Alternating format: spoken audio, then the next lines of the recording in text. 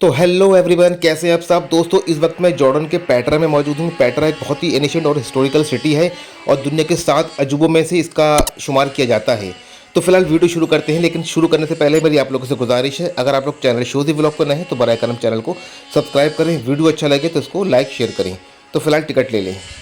तो दोस्तों फिलहाल मेरे पास टिकट आ चुका है। इस टिकट की जो कॉस्ट है वो है 50 जीडी, यानी कि 50 जॉर्डन के दिनार का एक टिकट है विदेशियों के लिए, और जॉर्डन वालों के लिए इसमें डिस्काउंट है।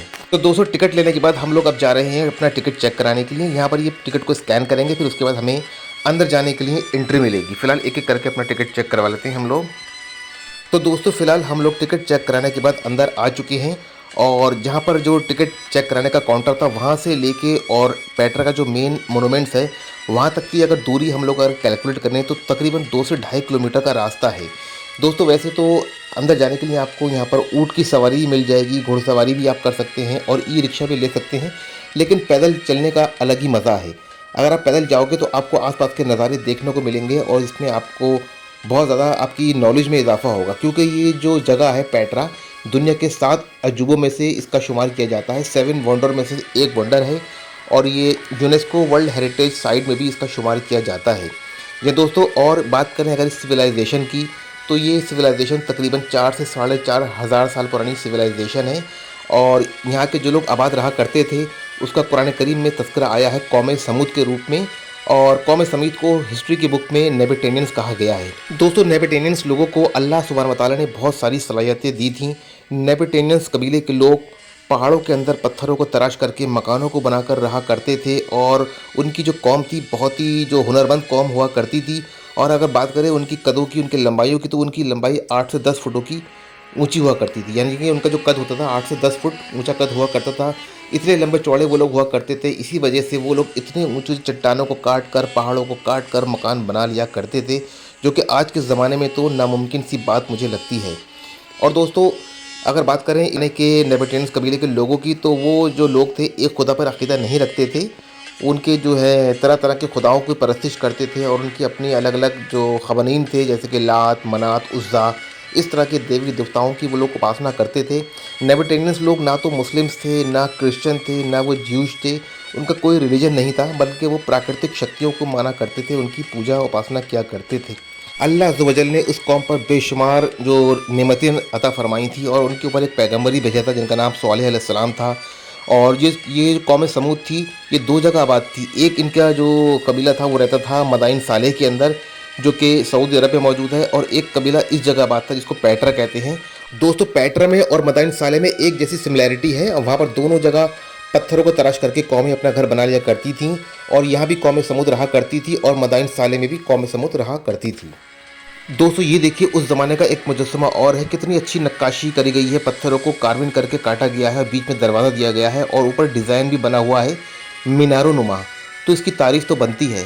दोस्तों अल्लाह अज़्ज़ व जल ने उस कौम को, इतनी होनहार कौम थी वो, इतना नेमतों से नवाजा था कि उनको ऐसी सलाहियत दी थी कि चट्टानों के बीच में, पहाड़ों के बीच में रहकर वो पहाड़ों को काट कर अपने मकान बना लिया करते थे, अपने आशाने बना लिया करते थे। ये सब अल्लाह की नेमत थी उनकी तरफ, लेकिन उन लोगों ने अल्लाह की नेमतों को झुठला दिया। जो अल्लाह ने उनको सलाहियत दी थी उसकी उन्होंने कदर नहीं की, और तमाम बदफेली में मुब्तला हो गए। इस वजह से अल्लाह अज़्ज़ व जल ने इस बस्ती को हमेशा के लिए मौत की नींद सुला दिया, और अब ये बस्ती सिर्फ इबरत के लिए बची हुई है। लोग यहाँ पर आते हैं और इबरत लेके जाते हैं कि अल्लाह की नाफरमानी क्या कर बैठती है। दोस्तों अल्लाह सुब्हानहू व तआला ने कौम समूद को बेशुमार नेमतों से नवाजा था, लेकिन वो अल्लाह की नाफरमानी कर बैठे। मुसलसल अल्लाह की तरफ से नसीहतें आती रहीं। एक दिन अल्लाह अज़्ज़ व जल ने अपना कहर नाज़िल फरमाया, और ये बस्ती हमेशा के लिए मौत की नींद सो गई, और आज हम लोग के सामने रिज़ल्ट है। ये दोस्तों इसलिए कहते हैं कि अल्लाह अज़्ज़ व जल से डरना चाहिए और हर वक्त अल्लाह की पनाह में रहना चाहिए। तो दोस्तों अभी मैं जिन रास्तों से जा रहा हूँ, कुछ इतिहासकारों का मानना ये है कि ये रास्ते पहले नहीं थे, ये रास्ते बाद में बने हैं। 18वीं शताब्दी में यहाँ पर एक बार भूकंप आया था। भूकंप के आने से चट्टानें जो थीं अपनी जगह से खिसक गई थीं। जैसे चट्टानें खिसकीं तो बीच से रास्ता बन गया, फिर यहाँ पर लोगों का आना जाना हो गया, और लोगों को पता चला कि इस ऐतिहासिक धरोहर के बारे में कि ये बस्ती वही है जिसका जिक्र कुरान करीम में कौम समूद के रूप में आया है। वो कौम जो पत्थरों को तराश के रहा करती थी, पत्थरों में मकान बना कर रहा करती थी। दोस्तों ये देखिए सामने एक मुजस्समा आपको नज़र आ रहा होगा, ये छोटी चट्टान है, इसको मूर्ति का शेप दिया गया है। ये भी उस ज़माने की है, ये मछली नुमा मूर्ति है। अब हो सकता है कि उस ज़माने में वो लोग मछली की पूजा करते हों या मछली को अपनी देवी या देवता मानते हों, कुछ भी हो सकता है। बहरहाल ये मछली की तरह इस चट्टान का शेप दे रखा है जो कि काबिल तारीफ़ है। जी हाँ दोस्तों, जो चीज़ खूबसूरत हो उसकी तारीफ़ करनी चाहिए, क्योंकि जो कौम समूद थी बहुत ही होनहार कौम थी। नेबाटेनियंस बहुत ही लंबे चौड़े लोग हुआ करते थे, बहुत ही हुनरमंद लोग हुआ करते थे। दोस्तों उस ज़माने में पत्थरों को तराश करके मकान बनाने की कला सिर्फ दो कौमों के पास थी। एक कौम आद जो कि हूद अलैहिस्सलाम की कौम थी, और एक कौम समूद जो कि नबी स्वालेह अलैहिस्सलाम की कौम थी। अल्लाह अज़्ज़ व जल ने इन दोनों कौमों के ऊपर बेशुमार नेमतें नाजिल फरमाई और बेशुमार सलाहियतों से नवाजा था, लेकिन ये दोनों कौमें अल्लाह की नाफरमानी कर बैठी थी। इसी वजह से अल्लाह ने नाराज़ होकर इनको हमेशा के लिए तहस नहस कर दिया और ये लोग खाक में मिल गए। Rocks.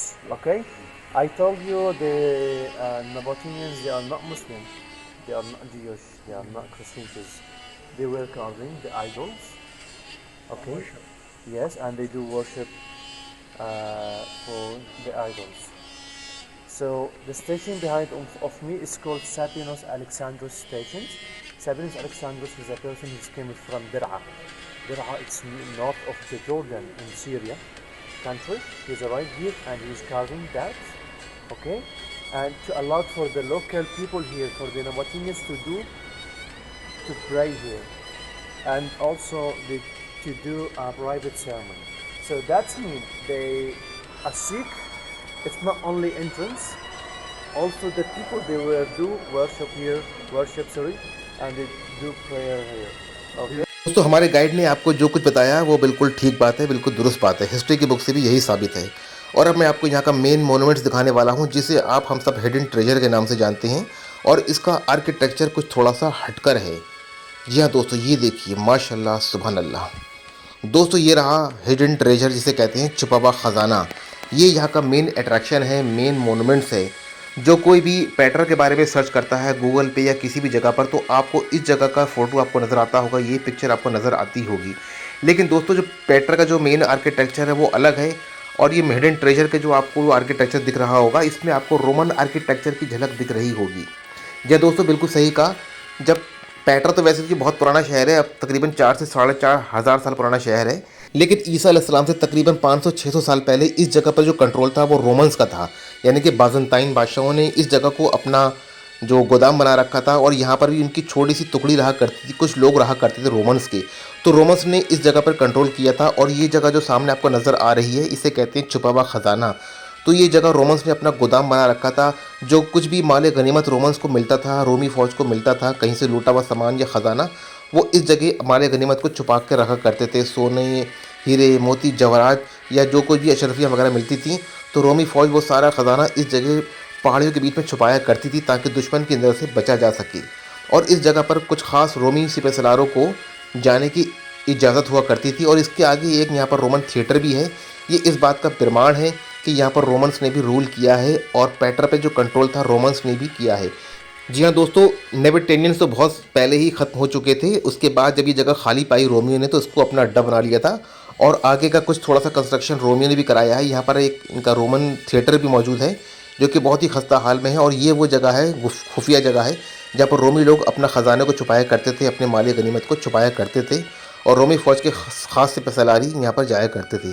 अगर बात करें इस हिडन ट्रेजर की लंबाई की, ऊंचाई की, तो तकरीबन 50 से 60 फुट ऊंचा दरवाज़ा है ये, और इसकी जो चौड़ाई है वो तकरीबन 40 फुट है। जी दोस्तों, ये यहाँ का मेन अट्रैक्शन है। अभी यहाँ से आगे जाना मुनासिब नहीं है, क्योंकि बॉडी बहुत ज़्यादा डिहाइड्रेट हो चुकी है, और गर्मी भी बहुत है, तकरीबन 35 से 40 डिग्री टेम्परेचर है गर्मी का। तो दोस्तों इसी के साथ अब मैं आपसे लेता हूँ अलविदा। अगर मेरा आज का वीडियो आपको अच्छा लगा हो तो इस वीडियो को लाइक करें, शेयर करें। ऐसे ही हिस्टोरिकल व्लॉग में आपसे दोबारा मुलाकात करूँगा। जब तक अपना ढेर सारा ख्याल रखें। अल्लाह हाफिज़, बाय बाय।